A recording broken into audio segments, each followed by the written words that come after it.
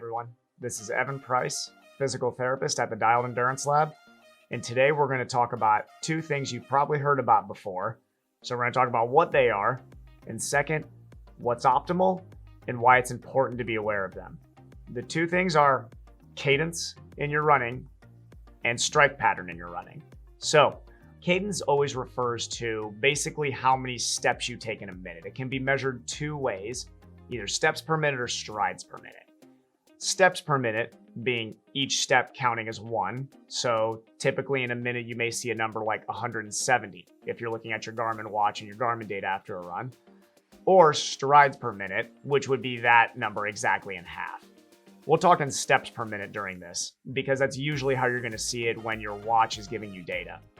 So typically a number that some people have looked into this may see is 180.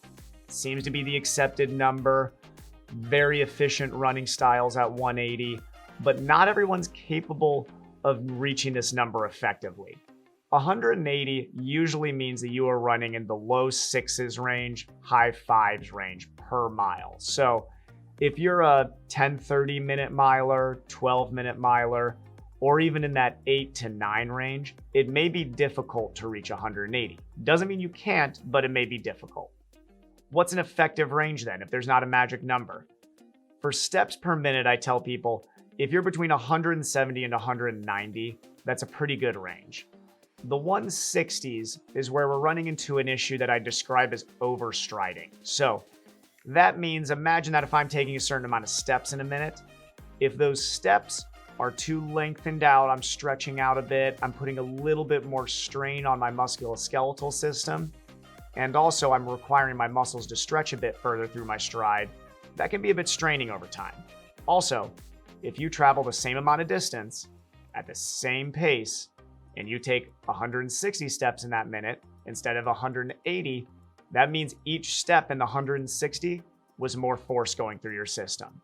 That's more force your system has to adapt to. It can mean that's more force that your body starts to come up and down. If you've ever seen the bouncing runner before, that can mean a lot of different things that can put stress on your system. So there may not be a perfect magical number, but if you're experiencing knee pain, hip pain, even back pain, that may be part of the reason is that you're overstriding and your cadence or your stride rate or step rate is a little bit too low for the speeds that you're trying to run. So the next thing, if we're going to talk about cadence, is obviously the big question is strike pattern.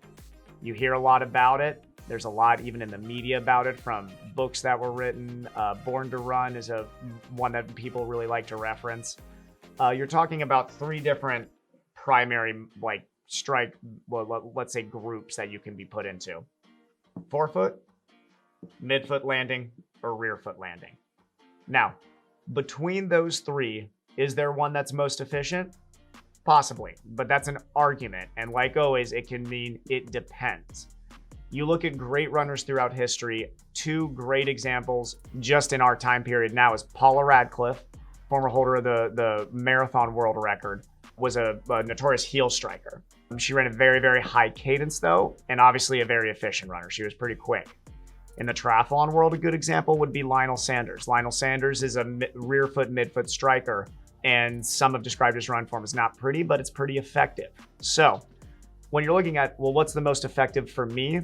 You have to realize that running is a subconscious pattern. So that means it's subcortical. Means that it is not something you have to consciously think about for it to happen. It's a lot like, think of digestion that way.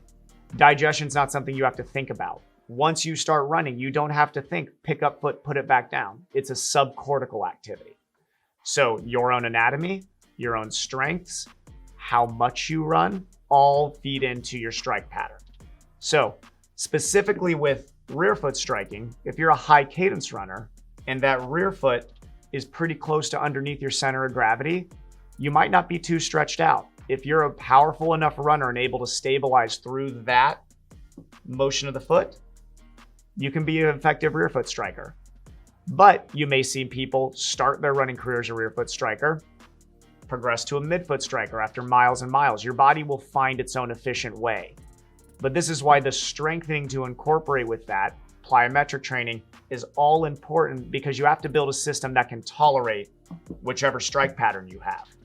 A very classic example is somebody who was a rear foot striker was told that they should switch to forefoot.